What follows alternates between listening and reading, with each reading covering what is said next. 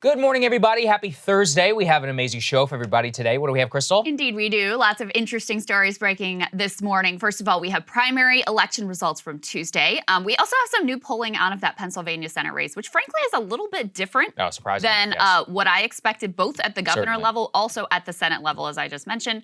The Fed has made their move. They are lifting rates by 75 basis points, 0.75%.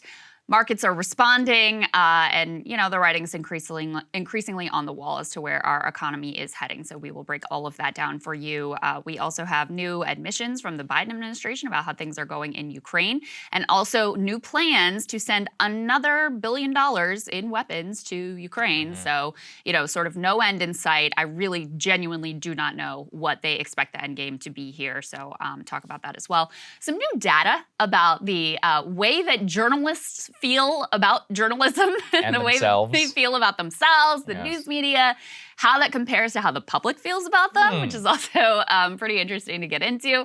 And so new comment from Simone Sanders about January 6th that I think you are going to find interesting. But Saagar, we wanted to start with those primary election results. That's right. Listen, we love elections here at Breaking Points. They always tell us so much about the country. Let's put this on the screen. So there were big primary elections, and we're going to get to the South Texas one and do an entire segment on it. But the first and foremost, in terms of Trump and his power over the GOP, a little bit of mixed results. So you guys will remember GOP Representative Nancy Mace. She had been a critic of Donald Trump and of January 6th. However, she did survive her primary challenge against Katie Arrington. At the same time, though, Representative Tom Rice actually did get primaried to a Trump-endorsed challenger. So I think people are trying to juxtapose those two things and say, how did this all work out? And I think that looking at it, in terms of the number of candidates, you can see that across the board, Krystal, it really is kind of a mixed bag, because some of the people that Trump endorsed, like Henry McMaster or Tim Scott,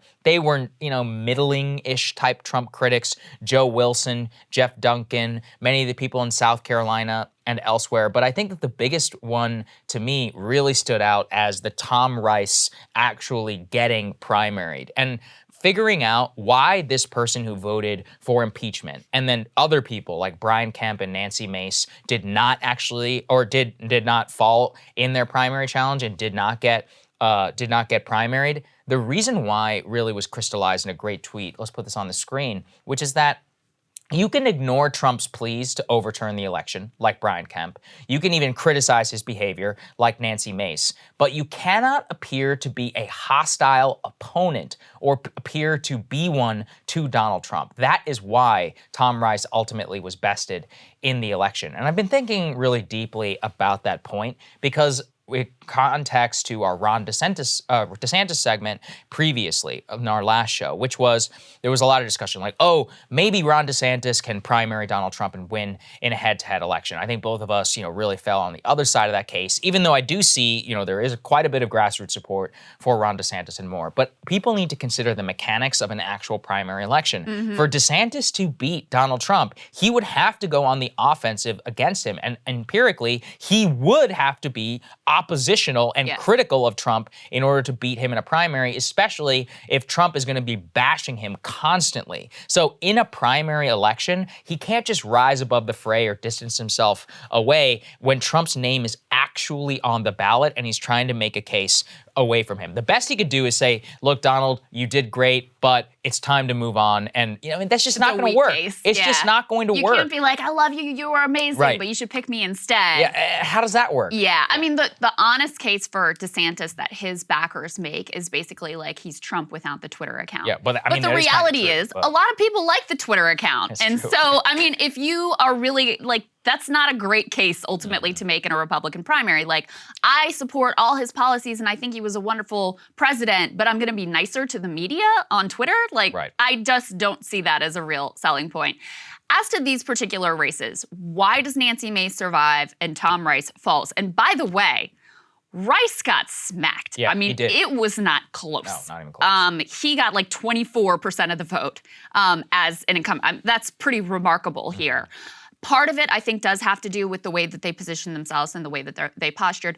Part of it also just has to do with the specifics of their districts, though. I was looking at this. Nancy Mace's district covers Charleston, where you have a lot more sort of moderate Republicans voting in a primary. Rice's district covers a more rural area of South Carolina, including actually a couple of majority black counties. But in terms of who's voting in a Republican primary in those areas, much more conservative areas ultimately. And that's a trend that we've seen across a number of these primaries, including in Ohio. The more quote unquote moderate, we can get into, whether they're real moderates or not, but quote unquote moderate candidates do better in the urban and suburban areas. And the more sort of like overt populist Trumpy candidates do well in more rural areas. So I think that trend has continued here as well.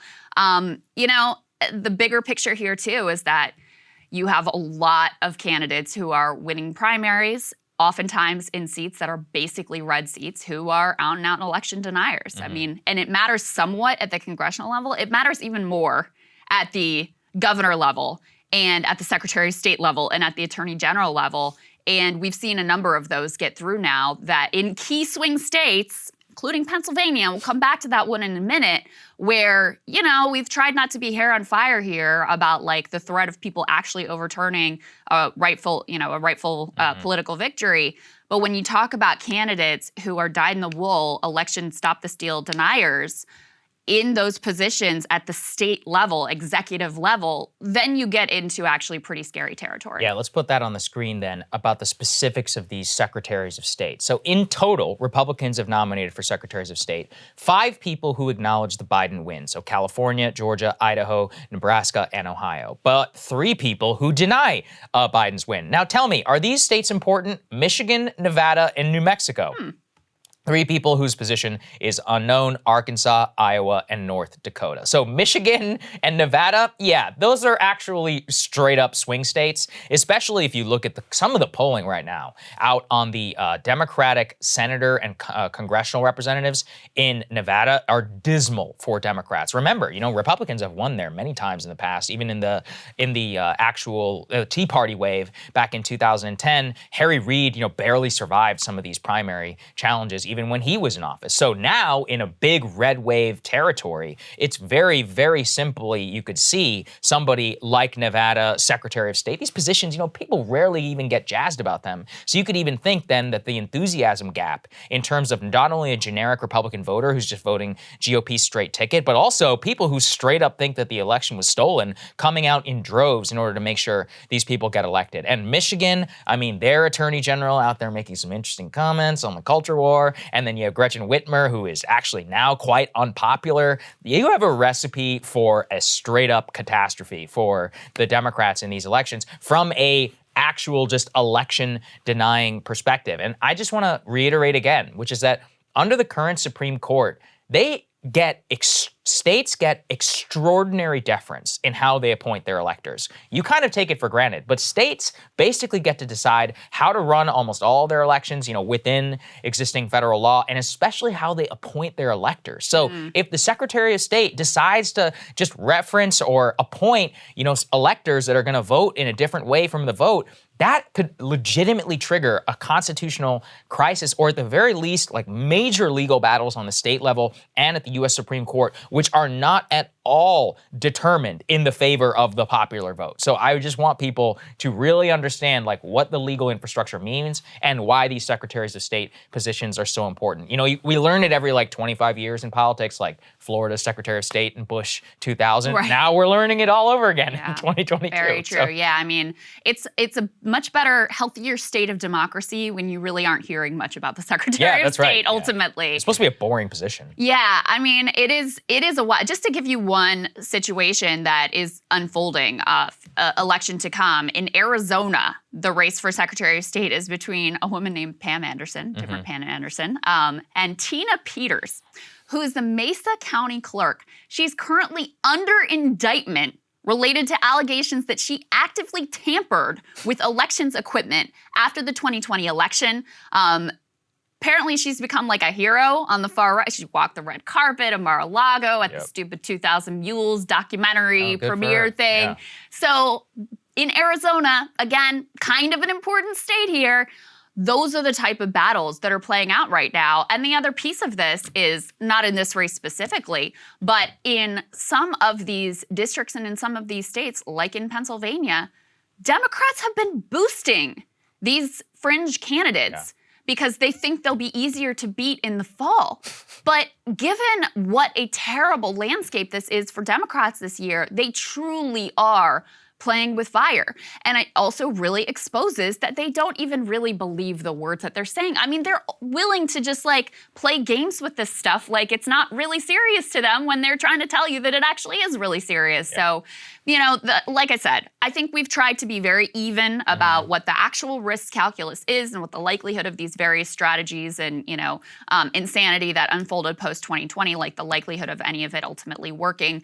This is another level. This is another level entirely. And I just want to give people, I'm not exaggerating here, the new guy, the Secretary of State nominee, Jim Marchant in Nevada, says, quote, I would not have certified the 2020 election in Nevada. And it really wasn't that close in Nevada. So it was actually close in Georgia, Arizona, Michigan, Pennsylvania, you know, Wisconsin. Those places, these things really matter. And those Midwestern states are going to be the crux of some major legal battles if things are even close. If it's a Biden and a Trump 2024 race, I think it just demonstrates for us that the real threat to a lot of our elections and to really some of the civil strife and all of that is going to come on the state level, of which the Republicans are making it clear where they stand. And it is going to be very ugly because I don't think a lot of voters are necessarily going to weigh this whenever it comes election time in 2020, given inflation. And like I've said, given that it is a hypothetical, you know, it could be that the GOP just wins in a massive landslide. So then it doesn't really matter. But if they don't, you know, then this is something that is on the table. And let's say it doesn't matter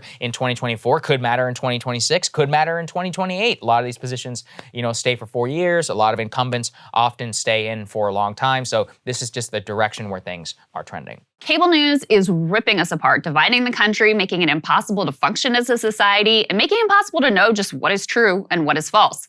But the good news is they are failing and they know it.